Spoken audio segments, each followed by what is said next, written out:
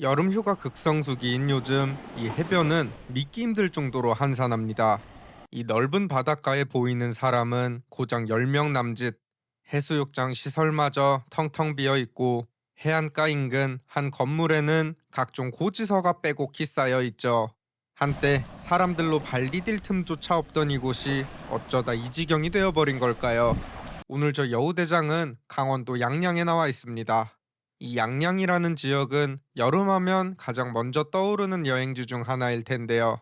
특히 지난 2017년 서울 양양고속도로가 개통되면서 접근성이 크게 개선되었고 젊은이들 사이에선 서핑의 성지로 불리며 폭발적인 사랑을 받았습니다. 해수욕장을 따라 늘어선 카페와 숙소는 북새통을 잃었고 서핑 강습을 받으려는 사람들은 길게 줄을 섰습니다. 이로 인해 양양 부동산 가격이 크게 오르고 장사하는 상인들도 웃음꽃이 피었죠. 하지만 최근 양양은 인터넷을 통해 급속도로 퍼진 악의적인 유언비어들 때문에 큰 골치를 앓고 있다고 합니다. 양양에 놀러 갔다가 좋지 못한 일을 당했다. 양양은 문란한 곳이다. 양양 다녀온 사람은 걸러야 한다. 이런 근거 없는 글들이 각종 SNS와 유튜브, 온라인 커뮤니티를 통해 높은 조회수를 기록하면서 양양군 전체의 이미지가 크게 추락했고 실제로 지역 경제에도 상당한 타격을 주고 있는 듯합니다. 이곳은 양양 인구해수욕장입니다. 수심이 얕고 해변 인근에는 숙소와 서핑샵들이 잘 갖춰져 있어 초보 서퍼들 사이에서는 성지로 불리던 곳인데요. 하지만 지금은 믿기 힘들 정도로 한산합니다. 제가 이 영상을 촬영한 날이 금요일 오전 10시 전후인데 여름 휴가철 극성수기라는 점을 고려했을 때 상황이 정말 심각한 수준이죠. 이 넓은 해변에 보이는 사람은 서핑 강습을 받는 4명, 해수욕을 즐기는 8명 정도, 그리고 안전요원 한 분과 상인 몇 명이 전부입니다. 솔직히 이 시간대에 겨울바다를 보러 와도 이보다는 사람이 많을 것 같은데 새하얀 모래사장 위 파라솔은 대부분 접혀 있고 보기 좋게 설치된 썬비치에도 사람 그림자 하나 보이지 않습니다. 서핑 명소답게 해변 곳곳에는 서핑보드와 강습 렌탈 홍보물들이 즐비하지만 정작 사람들은 거의 보이지 않는 모습이죠. 해수욕장 한쪽에 마련된 뜨거운 햇볕을 피할 수 있는 시설들도 하나같이 다 비어 있었는데 그 가격들이 만만치 않습니다. 파라솔 15,000원, 튜브 만원, 샤워장 4,000원. 여기까지는 그럭저럭 괜찮은데 지금 보고 계신 이 의자와 테이블 이용료가 5만원, 썬비치와 파라솔 세트가 45,000원으로 저한테는 조금 비싸게 느껴집니다. 사람도 많지 않은데 가격을 조금 낮춰도 좋지 않을까 하는 생각이 들기도 했죠.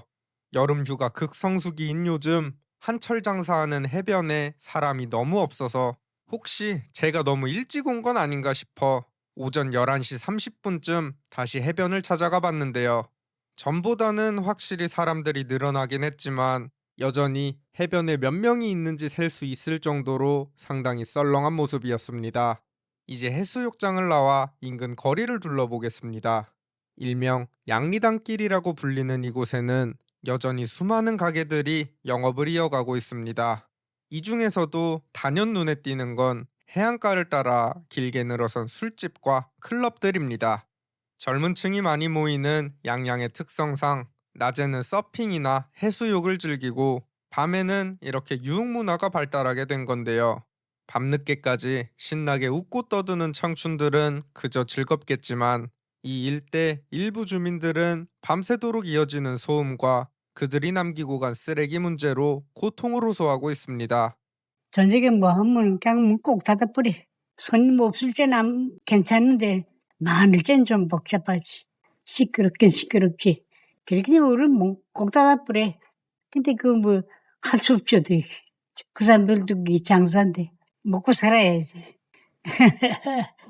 게다가 양양은 이렇게 젊은이들이 유흥을 즐기는 곳이라는 이미지가 굳어지다 보니 가족 단위 관광객들이 찾아오기를 꺼리는 분위기가 형성되었습니다. 실제로 제가 이 주변을 한참 돌아본 결과 한낮에도 가족 단위 관광객보다는 젊은 남녀들이 대부분이었고 가게들 역시 젊고 힙한 분위기의 곳들이 많았죠. 그러나 이런 한정적인 수요층만으로는 이 지역 전체를 지탱하기엔 역부족으로 보입니다. 한때 알짜배기 상권으로 불리던 양리단길에도 이제는 공실이 눈에 띕니다. 한 건물은 출입문이 굳게 닫힌 채 입구에는 수많은 고지서와 우편물이 쌓여 있고, 또 다른 건물 역시 영업을 중단한 채 하염없이 방치돼 있죠. 예전에 비해 이 일대 상권이 확실히 활기를 잃은 모습이었습니다. 실제로 이곳에서 오랫동안 가게를 운영해온 한 상인분은 양양의 이미지가 급격히 나빠지면서 전성기 때와 비교해 매출이 80%에서 90%까지 줄어든 것 같다며 인터뷰에 응해주시기도 했습니다. 그때는 인제 서핑을 하시러 인제 오신 분들이 많이 계셨어요. 그때 매출은 그래도 괜찮았는데, 요즘 이제 3년 5년 전부터 인제 클럽이랑 뭐 풀파티하는 그런 데가 많이 생기면서 이미지도 좀 많이 안 좋아지면서 재작년, 작년 그러면서 올해 매출이 많이 끊겼어요. 사람들 발길도 끊기고 쪼금 힘들어졌습니다 다. 한 최소 5분의 1, 심하게 느낄 땐 10분의 1 정도 떨어진 것 같아요.